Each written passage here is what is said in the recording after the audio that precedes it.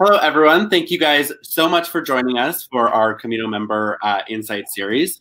Today we have Dan Yerman, and he is the owner of Reword. He is going to talk to you today about how to create a kick-ass value proposition that is really going to help your business. So I am actually just going to give the floor to him now, and he will do his presentation for you. Awesome. Thank you so much. And thanks for coming, guys. My name is Dan Yerman. I am the co-owner and head copywriter at Reword. We are a copywriting, copy editing, proofreading, and translation company in Toronto. I think we were Camino's 8th or 9th member before it was even called Camino. And I think we were the first in Toronto. And we're really excited to be here. I'm excited to be here, so thank you. I'm going to turn my camera off now and go through the presentation. I'm having some connectivity problems. So I'm just going to turn it off, and then I'll turn it back on when we do the Q&A if there are any questions. So I'm just going to do that now. Okay. So today I'm going to talk to you about value propositions. We're going to talk about what a value proposition is. I'm going to show you a few good value propositions that we've seen. Then I'm going to take you through what we think about when we create value props for clients. And then I'm going to introduce you to 3 somewhat fictional companies, and we're going to go through the process of creating their value props. So a value proposition is the written equivalent of an elevator pitch, except you have far less time than you would in an elevator to make an impression. Your value prop is the first thing people learn about you. So here are some of our favorite current value props. Now, as I go through these quickly, you can see that they're all demonstrating the ideal state, which is the value they're going to bring to you if you make them a part of your life.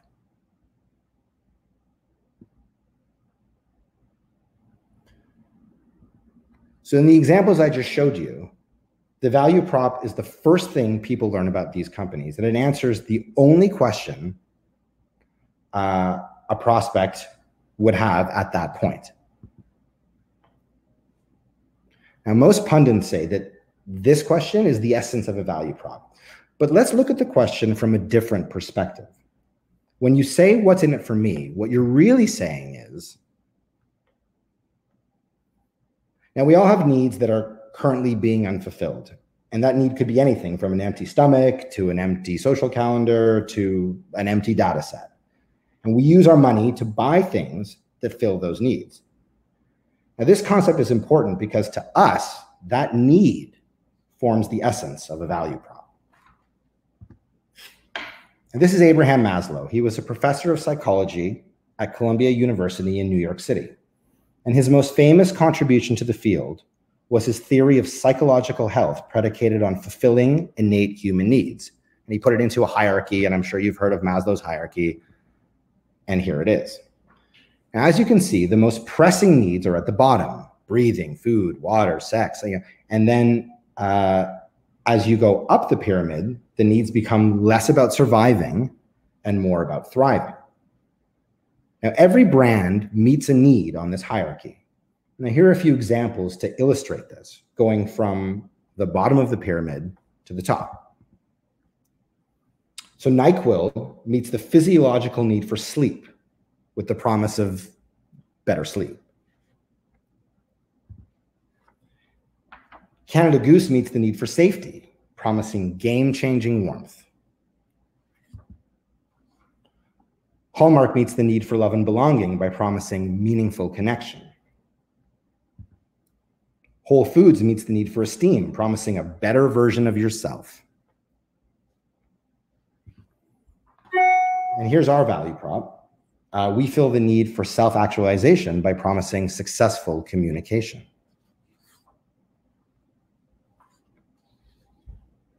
Of course, with the exception of ours, these are all well-known brands, so you might think it's easier for them to nail their value prop.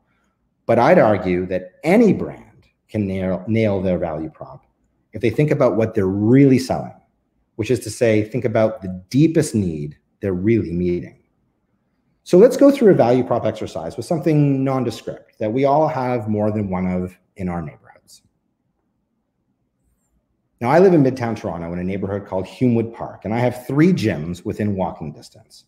I don't know what they're called because I'm not much of a gym guy, but here's one thing I do know about each.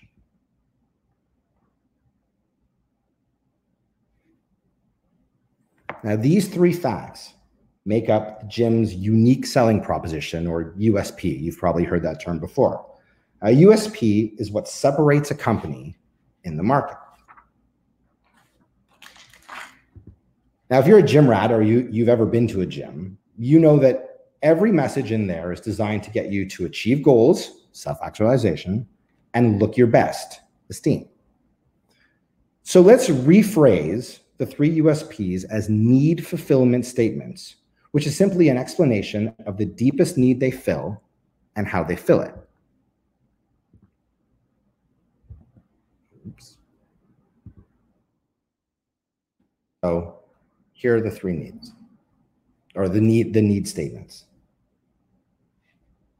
Okay, so we're getting closer to our value proposition. But before we get into writing them, let's go back to Abraham Maslow for a second. Now, remember when I said that the most pressing needs are at the bottom of the hierarchy? The more pressing the need, the more motivated someone will be to fill it before filling other needs. So Maslow would argue, and I would agree, that to convert more customers, you should be aiming to meet needs as far down the hierarchy as you can go. Now, remember when I said that gyms meet the need for esteem? There it is. There are lots of needs below esteem are more pressing to people, right? As it turns out, 2 of our gyms can drill deeper down the pyramid and meet a deeper need. So let's have a look. Now, Gym B can punch 1 level down because they're also offering a community their customers can belong to. And Gym C can punch 2 levels down because they're also offering a safe environment for their customers. Now, Gym A stays where it is on the hierarchy because esteem is all they're offering. And that's fine. Stretching your value prop to meet a need you don't meet is the easiest way to get shamed on social media, and rightfully so. So here's where our 3 gyms fall in the hierarchy if they reach down as far as they can go. Now we know what each gym is really selling. And now we can set our 3 value propositions up with the right message for each.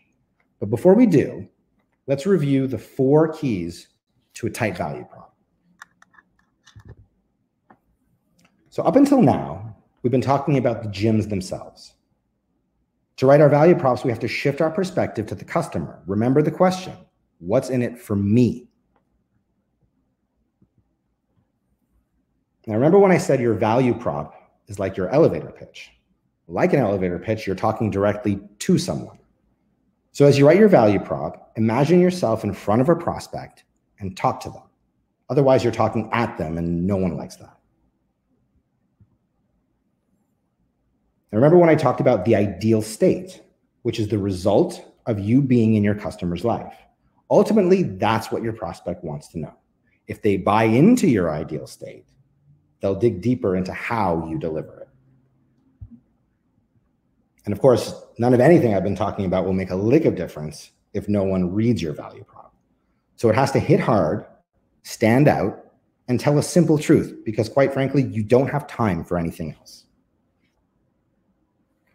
Okay, so for context, let's revisit the original USPs for the 3 gyms. Using everything we talked about today about Maslow's hierarchy, meeting needs, how value props address those needs while answering the question, what's in it for me, and presenting the ideal state, let's look at what the value props for these 3 gyms could be. So here's Gym A.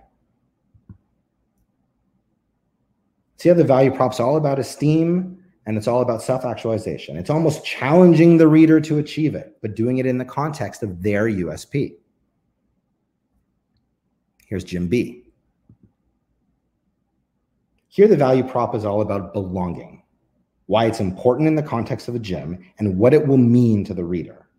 So if you're like me and being around people is important to you, like this presses all the right buttons. Here's Gym C. It's all about safety. The word safe is even in it. But the assertion holds water because it understands the need for safety from the customer perspective. 3 gyms, all meeting a different need, and all with value props that demonstrate what life looks like for the customer when the need is met. So I'd encourage you all to, after today, go Google value props, look at a few examples, but look at them through this new Maslowian lens. Then I'd encourage you to revisit your own value props through that same lens. Make sure you're giving your prospects what they need to know about what you're going to do for them and what the ideal state looks like for them with you in their lives. And as you do that, remember this. You don't sell products or services. You sell met needs. So find the most important need you meet and sell it. That's the easiest way to a kick-ass value prop. I'll turn my microphone or my camera back on. There we go. That's my presentation. Any questions?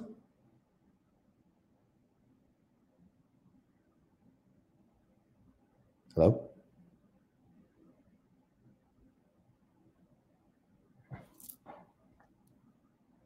Awesome.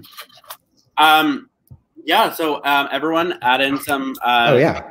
So the value prop for our company is the words you need for the yes you want. Thanks for the question, Rowan. Yeah, that's a great question. I had a question as well. How important is it to understand your target audience? Because with the gym examples, all 3 of them said different things and they would appeal to different people. For example, the first one would appeal to me, get in, then get out. Right. There's like the sweat together one, I think would appeal to other people who like working out in groups. So right. How important is it to like identify your audience before writing your value proposition? Well, I think you know what your audience is. Obviously, you want to understand what your audience needs and what they value. But if you're a company that offers a certain thing, you know what your customers, if you've done your research, you know what motivates customers. Mm-hmm. And you're not going to be all things to all people, which is the point. You have to target properly and understand that, these are my customers. This is what my customer needs. Like you could have 2 separate women. One would prefer that gym where you get in, get out, and that's great. Another woman might be more motivated by a women's only gym. You're not going to get that person who's, you might get that person who's just looking for esteem, and that's fine. And maybe they'll go to that women's only gym if it's close, but they're not going to go out of their way to go to that gym. So if you want your value prop to target the customers that you're really going after. If you wind up getting, residual customers, great. Oh, that's awesome. I think that's a very good point, and it kind of leads into our next question we got from Aaron. What if you have multiple audiences? Can you create multiple value propositions? You could. I wouldn't. Your value proposition is really more.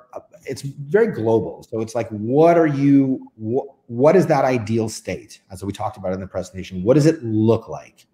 And you really only, if you really understand your company well, regardless of who you're talking to, you're still going to offer the same ideal state. You could try, listen, there are companies that fill multiple needs, and that's fine. And if you're a gym, if you're that women's only gym, you could put out some communication with a value prop that is more esteem driven or is more belonging driven. And both of them are true. They're just not as compelling, and they don't dig as deep, and they don't make people act as quickly. Yeah, I think that's a really good point. At the end of the day, like you have your service, and you need to target it to the people who want to buy your service. And that's a really good point. We have a question here from Rob. If you work in a crowded market, does your value prop differentiate you from your competitors, or just speak to your customers' needs? So that's a very good question, and that's where help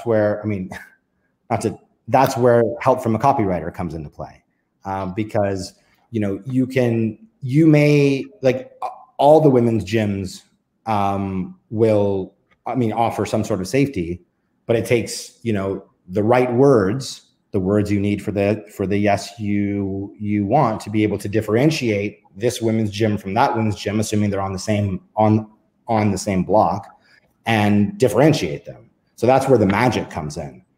And that's how you stand out in a crowded marketplace, regardless of whether you're talking about a value prop or a product. You got to do something that stands out. Right. You just mentioned hiring a copywriter. For one of those gyms, for example, say they were new and they didn't have the budget for that, would you say that you would tell them to, like, prioritize hiring a copywriter because the words are so important? So what I would say to that, it's a very interesting question. What I would say to that is that without the message, the design means nothing. The words are what drive action. Design drives interest, but words drive action. So if you're going to invest in something to build your brand, I would say the first place you're not going to invest the most in your words, but I would say it's the first place that you should invest your money, because without it, nothing else matters. Totally. That's a really good point. We had a question from Bryn. What is the first sign that your value proposition isn't working? And how can you tell if it is working? I think you can tell if your value prop is working because you're attracting the customers that you want, and you can see through the interactions. So if we take that gym for example, if people are coming into that women's only gym and they're finding that sense of safety, you can see it in their face. You can see it. You know that it's working when you're attracting the right people. If you're attracting the wrong people, then it might not be working. If you're doing work that you don't want to be doing, so for example, like our value prop is the words you need for the yes you want. Now, before that was our value prop, our old value prop was more about communication in general and whatever. And we were getting a lot of people asking us for design work. We wound up going down a couple of roads we shouldn't have gone down, because that's not the work that we wanted to do. We want people who care about the words and want the words to get them the yes that they want, and want to self-actualize with their words. And that's who we're attracting now. Okay, I think that's a good point. And it kind of leads into our next question, another one from Rowan. Does your value prop fuel your positioning, or vice versa? I'm not sure what you mean by positioning, but I would say your value prop, so you've got two things make up your positioning, I would say. One is your unique selling proposition. The other is your value prop. So it's your unique selling proposition is what makes you different, and your value prop is what results for the customer. What is the ideal state that what makes you different is going to create? And those two things together make up your positioning. Right. So for a company that is kind of just starting out, I'm going to go back to the gym example just because that's the one you use. How would you tell them, if you were giving them kind of a little consulting lesson, how would you tell them how to find their positioning and how to differentiate themselves in the market? Right. So I would tell them to break out Maslow's hierarchy, look at it, and really think deeply about the needs that you meet, and really think about how you meet those needs, and think about, obviously you everyone wants to be a life or death company. If you don't pick me, you will die. Everybody wants that, but that's not realistic. So you want to find out where you are on that hierarchy. Dig as far deep as you can go and start there. And that's how, as I said, that's how you can get to a kick-ass value prop, because you're really digging deep into someone's soul, as far deep as you can go. Because at the end of the day, your customer, whether they're a mom or a millennial or a banker or whatever, at the end of the day, they're still a person, and they put their pants on one leg at a time, just like everybody else. And they have needs that need to be met, and they will use their money to meet those needs. And if you can meet a deep need for them that they want to fill before they fill other needs, and no one else in your area is filling that need, well, then they have they're much more likely to consider and or choose you. Okay, that's awesome. Really good point there. We have two more questions. We have one from Jono, who asked, what do you follow a value proposition with? A elevator pitch or call to action? What would you recommend? So I would follow a value prop pitch with the proof, or a value prop with proof. So here's the ideal state. This is what I'm going to do for you. Here's how. And then tell me how. Now, because once somebody buys into that ideal state, they're going to want to know how. So tell them, and you could even set it up so those proof points are mini value props themselves that live underneath. So again, it's thinking about talking to the customer about what they're going to get, how it's going to impact their lives, and then show them how. Okay. It's like kind of leading them along. Yeah, lead them along to get to the conclusion that you want them to get to. And if you think about it, like your value prop is your start point and your end point. And you're kind of doing a big circle, and you're kind of like, it's kind of like when you're writing, an essay in grade 7 or whatever, and you start with, this is my point. And then you and then at the end, and for all these reasons, this is my point. And so it's kind of the same thing. Right. It leads to the end point, which is the starting point. And so the starting point is, again, that end point is that ideal state. So you start with, here's what I'm going to give you. Here's how I'm going to give it to you. Or here's what I'm going to give you. Here's how I'm going to give it to you. And now that I've proven all this, hey, guess what? This is what I'm going to give you. Right. So if you look at even over here, like soundtrack your life, that's a beautiful value prop. Gorgeous. Because it's telling you how your life is going to be better with Spotify in it.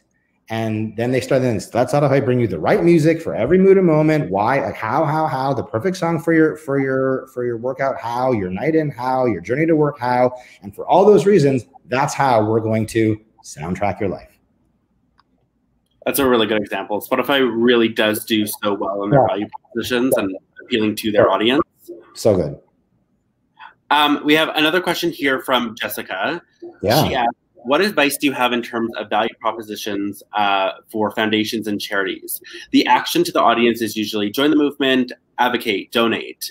But the overall sense is social justice. So how can you connect that with Maslow's in a relatable way? That's a very interesting question, because think about how, if you're talking to, you're talking to donors, or you're talking to people you want to be on the board, think about them as people. How do they feel when they can contribute? Or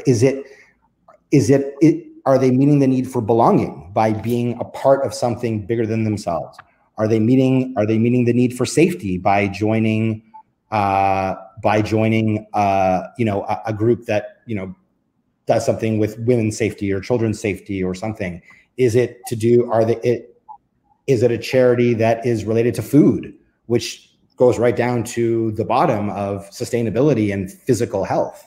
So figure out where on the hierarchy your charity or foundation lives, not in the greater world, but for the people who you're talking to. What are they going to get from doing what you want them to do? What's the ideal state for them as people?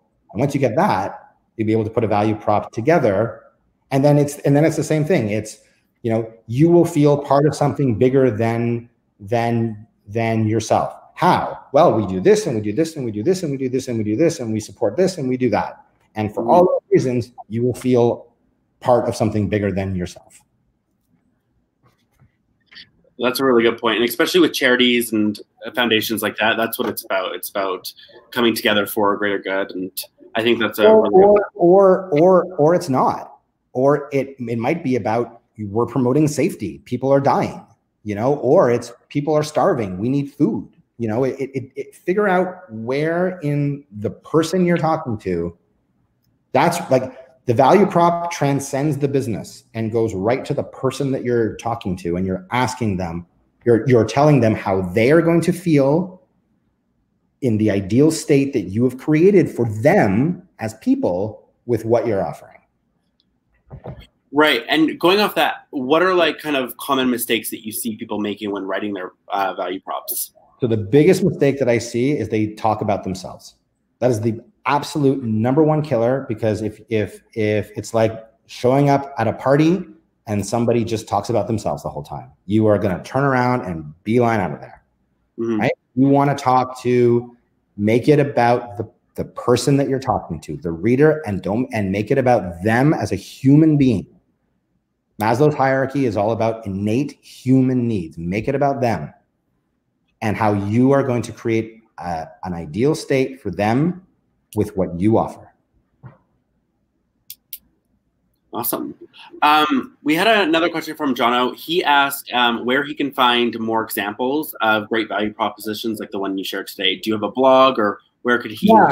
So if you go onto reword.ca, cheap promo, you can, there's a blog post on there about value props. You can also go to Google and just type in value props, and probably the first 25 listings are all, 31 best value props, 35 best value props.